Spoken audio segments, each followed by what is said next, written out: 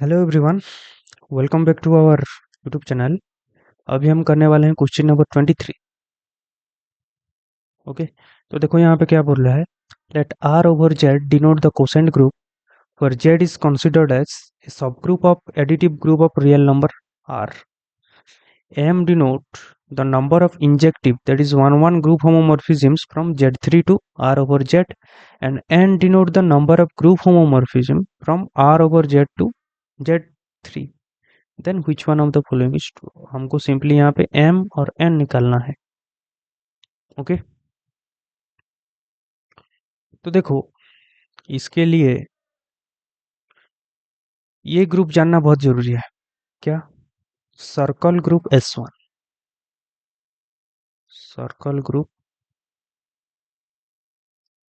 S1 ये group बनता है अंडर मल्टीप्लिकेशन। ठीक है, तो देखो इसका रिलेटेड क्वेश्चन 2020 में भी पूछा था, क्वेश्चन नंबर 29। तो इसको पढ़ के ही जाना है। ठीक है, सर्कल ग्रुप S1। तो देखो इसमें जो एलिमेंट्स होते हैं वो क्या होते हैं।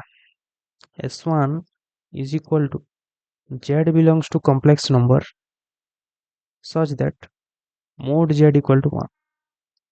ठीक है, और इसका जो एलिमेंट है ये होते हैं, इसका फॉर्म होते हैं e power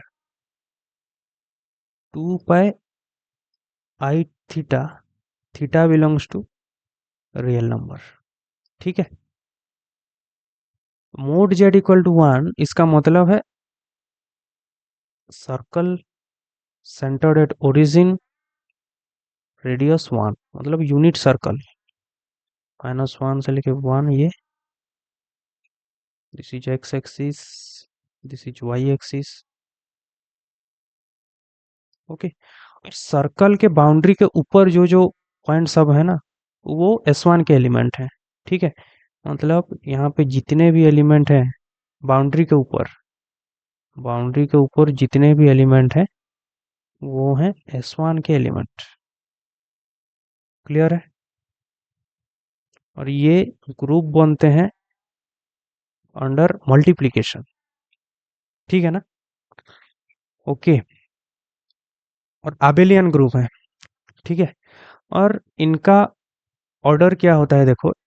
suppose theta belongs to real number, इसका मतलब थीटा रेशनल हो सकता है, थीटा इरेशनल हो सकता है। ओके, तो order suppose theta rational, theta rational number है, थीटा बिलोंग्स टू क्यू, इसका मतलब theta equal to P by Q. Clear है? तो Z equal to E power 2 pi I theta, theta equal to P by Q, तो E power 2 pi I P by Q. Okay, और इसका जो order होगा, ठीक है, और इसका जो ऑर्डर होगा, order of E power 2 pi I theta one theta is a rational number is equal to Q. और यहाँ पे जीसीडी ऑफ पी क्यू 1 होना चाहिए, जीसीडी ऑफ पी क्यू 1 होना चाहिए। ओके, सपोज ऐसा है ई पावर 2 पाई आई 1/2, इसका ऑर्डर यहाँ पे थीटा के जगह में 1/2 है, 1 और 2 का जीसीडी 1 है। ओके, तो इसका ऑर्डर क्या हो जाएगा, इसका ऑर्डर हो जाएगा 2। ओके, सपोज ऐसा है order of E power 2 pi I into 4/6 है। ठीक है, यहाँ पे ऑर्डर 6 नहीं होगा क्योंकि 4 और 6 का जीसीडी 1 नहीं है।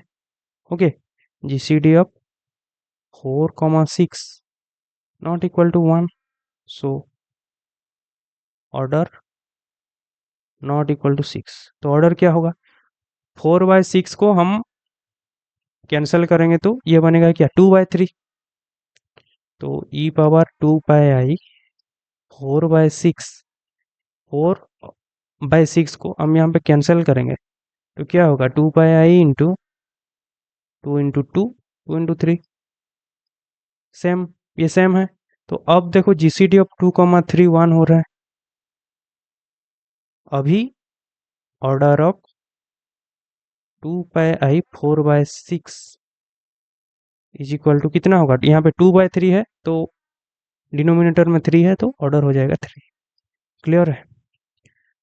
तो जीसीडी ऑफ पी और क्यू यहाँ पे 1 होना चाहिए, तब जाके order of E power 2 pi P by Q हो जाएगा क्यू। इतना क्लियर है? ये तो हो गया जब theta belongs to rational number. Okay, जब theta belongs to Q complement irrational number है तो order of E power 2 pi I theta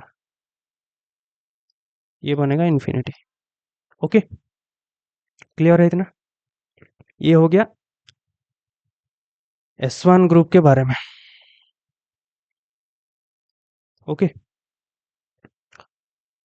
तो देखो ये जो R ओवर Z है ये आइसोमॉर्फिक टू S1 है। R over Z isomorphic to S1। क्यों क्यों आइसोमॉर्फिक टू S1 है? तो देखो फास्ट आइसोमॉर्फिज्म थ्योरम क्या बोलता है? फास्ट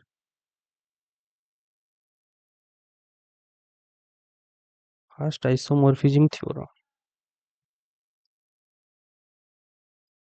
फास्ट आइसोमॉर्फिज्म थ्योरम ये बोलता है कि suppose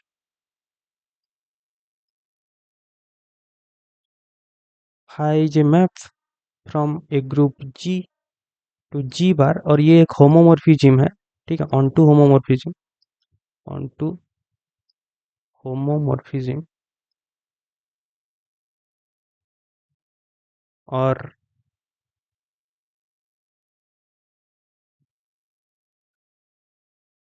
kernel of phi.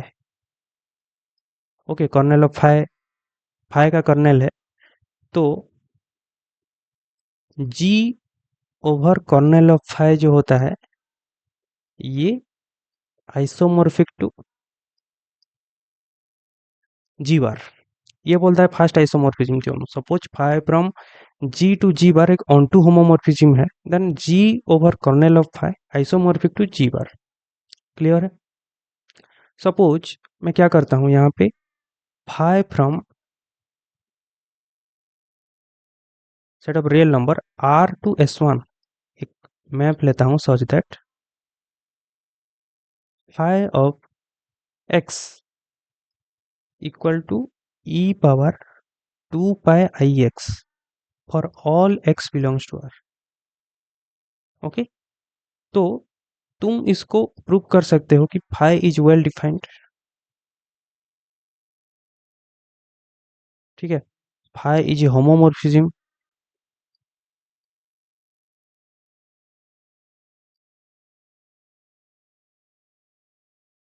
Phi is on to,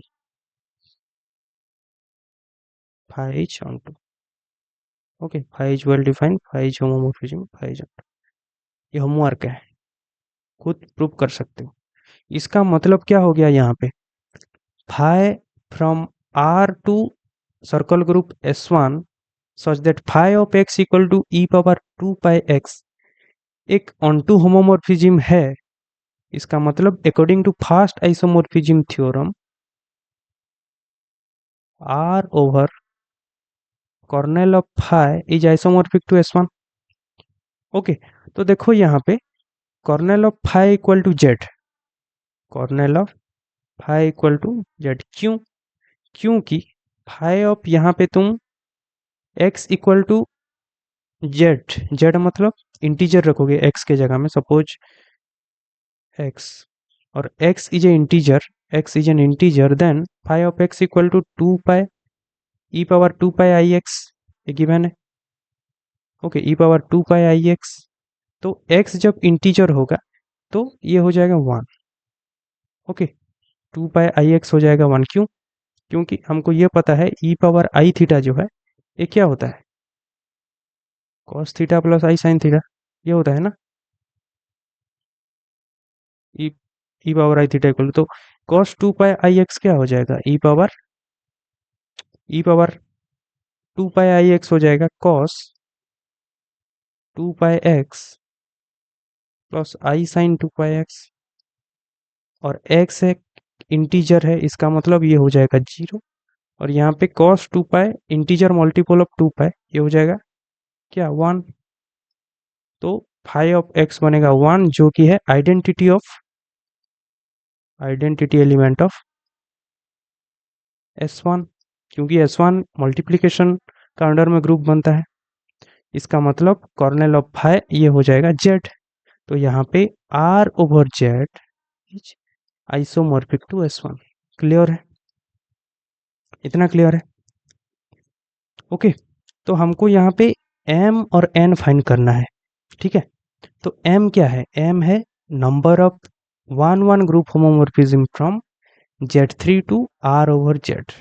तो R ओवर Z क्या है, आइसोमॉर्फिक टू S1, तो हम m फाइंड करेंगे, इसका मतलब m क्या है, number of one one homomorphism from Z3 to R over Z, इसका मतलब आइसोमॉर्फिक टू S1, ओके। ये हमको m फाइंड करना है। तो देखो, सपोज Zn दिया है, ओके, और तुमको बोला है find number of one one homomorphism from Zn to group G, Zn to group any group G, find one one homomorphism. कैसे फाइंड करोगे, हमको पता है order of Zn equal to n, तो तुम क्या करोगे, find number of elements of order n in G, जितने एलिमेंट होंगे ऑर्डर n का कहाँ पे G में, उतना वन वन होमोमॉर्फिज्म मिलेगा, कहाँ से कहाँ तक, Zn से लेके G तक, एनी ग्रुप G। क्लियर है, तो हमको यहाँ पे क्या करना है, Z3 से लेके Z3 से S1, हमको number of elements of order n हमको फाइंड करना है, यहाँ पे n equal to 3, order of Z3 कितना है, order of Z3 equal to 3, तो हम क्या करेंगे, number of one one homomorphism from Zn Z3 to S1 is same as number of elements of order 3 in S1। हम S1 में कितने 3 order का एलिमेंट है ये फाइंड करेंगे, ओके। तो हम क्या फाइंड करेंगे, number of elements of order 3 in S1, okay. तो देखो ZQ equal to identity 1, okay, इसको हम सॉल्व करेंगे। तो देखो Zn इक्वल टू 1 है, इसका सॉल्यूशन होता है e power 2 pi i k bye n, और k इक्वल टू होता है 0 से लेके n-1 तक, ठीक है। तो यहाँ पे ZQ इक्वल टू 1, तो यहाँ पे Z हो जाएगा 2 pi i k bye n3 है, k इक्वल टू 0 से लेके 2, 0 1 2, k इक्वल टू 0 पुट करोगे तो ये 0 हो जाएगा, e पावर यहाँ पे Z equal to e power, यहाँ पे e पावर है ना, e power 2 pi i k by 3, e power 2 pi i k by 3, okay. हम क्या फाइंड कर रहे हैं, number of elements of order 3 in S1। तो k इक्वल टू 0 पुट करेंगे तो ऊपर में पूरा 0 हो जाएगा, तो Z1 इक्वल टू हो जाएगा 0, ओके। Z2 इक्वल टू हो जाएगा, k इक्वल टू 1 पुट करोगे तो 2 pi I into 1/3, that is e power 2 pi I divided by 3, और Z3 क्या हो जाएगा, Z3 equal to e power 2 pi के इक्वल टू 2 पुट करो 2/3, तो 4 पाई आई/3, 4 पाई आई/3, ये हो गया, 3 वैल्यू हमको मिला। तो देखो यहाँ पे Z1 इक्वल टू, यहाँ पे 0 पुट करोगे तो e⁻0 यहाँ पे 1 हो जाएगा। तो यहाँ पे ऑर्डर ऑफ 1 क्या होगा, आइडेंटिटी है S1 का, 1 हो जाएगा। तो ऑर्डर ऑफ e⁻2 पाई आई/3 क्या हो जाएगा, देखो 2 पाई आई × 1/3, जीसीडी ऑफ 1 और 3 क्या है, 1 है। तो यहाँ पे ऑर्डर ऑफ ये क्या हो जाएगा, क्यू होता है जब जीसीडी 1 होता है, तो डिनोमिनेटर ऑर्डर ऑर्डर होता है, ठीक है। तो यहाँ पे ऑर्डर हो जाएगा 3, और यहाँ पे ऑर्डर ऑफ e⁻4 पाई आई/3 यहाँ पे ऑर्डर हो जाएगा 3, क्योंकि ये है 2 पाई आई × 2/3, 2 और 3 का जीसीडी 1 है, तो ऑर्डर हो जाएगा 3। तो हमको क्या क्या चाहिए, number of elements of order 3। तो यहाँ पे कितने एलिमेंट मिल रहे हैं, 3 ऑर्डर का 2 एलिमेंट मिल रहे हैं, तो m हो गया 2। Number of 1 group homomorphism from Z3 to R/Z, that is isomorphic to S1, is equal to 2, M2। Okay, तो यहाँ पे देखो इसको डिस्कार्ड करेंगे, इसको भी डिस्कार्ड करेंगे, तो अभी हम निकालेंगे n। ओके, n क्या है, number of homomorphism from R/Z to Z3। Okay, तो R/Z is isomorphic to S1, तो यहाँ पे हम लिख सकते हैं S1। Okay, suppose Sai is a map from S1 to Z3, और ये एक सपोज ये होमोमॉर्फिज्म है। तो according to first isomorphism theorem क्या होगा, S1 over kernel of psi isomorphic to some subgroup of Z3। Okay, क्योंकि इमेज ऑफ साई जो है ये Z3 का सब ग्रुप होगा, क्लियर है। तो देखो Z3 एक फाइनाइट ग्रुप है, तो इसका हर एक सब ग्रुप क्या है, फाइनाइट है। तो order of S1 by kernel of psi, okay, order of S1 divided by order of kernel of psi, इसको फाइनाइट होना पड़ेगा। तो S1 जो है ये एक इन्फानाइट ग्रुप है, order of S1 equal to infinite, क्योंकि यहाँ पे इन्फानाइट नंबर ऑफ एलिमेंट्स है। ओके, तो देखो ये जो है G/G, इसका ऑर्डर होता है 1। G फाइनाइट ग्रुप हो या इन्फानाइट ग्रुप हो, फाइनाइट हो या इन्फानाइट, और G खुद का एक नॉर्मल सब ग्रुप है। तो यहाँ पे कर्नेल ऑफ साई मतलब यहाँ पे नॉर्मल सब ग्रुप ऑफ S1। ओके, तो इसको अब फाइनाइट होना पड़ेगा, तो ये फाइनाइट होगा if and only if kernel of psi equal to S1। Okay, S1 के अलावा S1 का तुम कोई भी नॉर्मल सब ग्रुप लोगे, ठीक है, तो इसका जो ऑर्डर होगा कभी भी फाइनाइट नहीं होगा। ओनली वन केस में ये फाइनाइट होगा, जब kernel of psi equal to S1 होगा, ठीक है। तो kernel of psi equal to S1 मतलब यहाँ पे साई जो है, यहाँ पे S1 का तुम हर एलिमेंट डालोगे तो ये बनेगा identity of Z3 that is 0। तो ये एक ट्रिवियल होमोमॉर्फिज्म हो गया,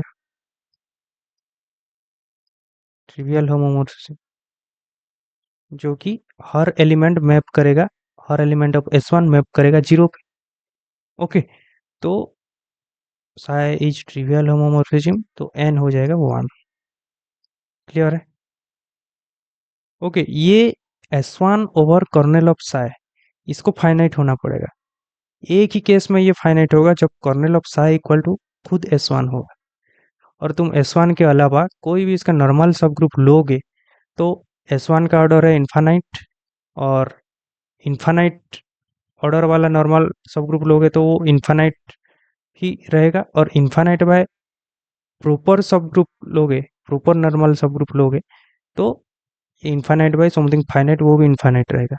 ओनली केस में ये होता है order of G by G equal to 1 होता है, फाइनाइट होता है। ओके, तो n इक्वल टू हो जाएगा 1। क्लियर है? ओके, तो m equal to 2, n equal to 1। Option A में है, तो option A is the correct answer. Clear है? ओके, थैंक यू, मिलते हैं नेक्स्ट वीडियो में।